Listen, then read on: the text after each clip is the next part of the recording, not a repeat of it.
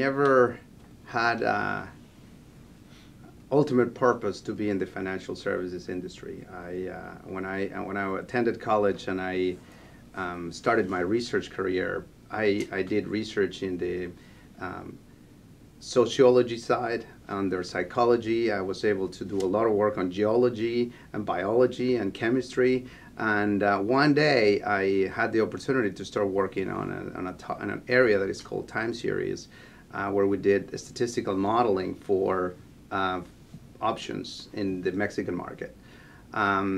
Thanks to that part of research, it was a very small part of the research, I was able to get a job at a brokerage house that doesn't exist anymore in Mexico, and was one of the first people that traded, options back in, the late 80s in Mexico City. They didn't have an organized options market back then.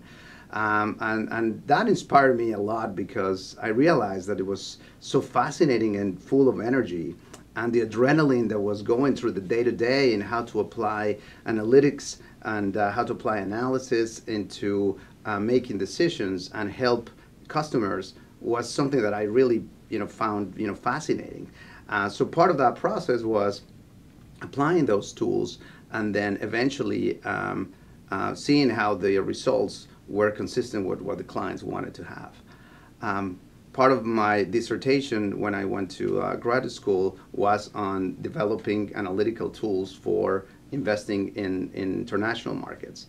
And as a result of that, I was picked to or hired to work for Bankers Trust in the early 90s. And I was working with them, developing tools and analytics. And from there, it was really a process of learning the industry, learning about financial markets, learning about how to apply, disciplined investment processes to help clients and to solve their needs. Throughout that process, all the companies that you mentioned, each one of these companies had different philosophies. Each one of these companies had different objectives and different types of clients. But the thing that was common across all of them is that they value talent.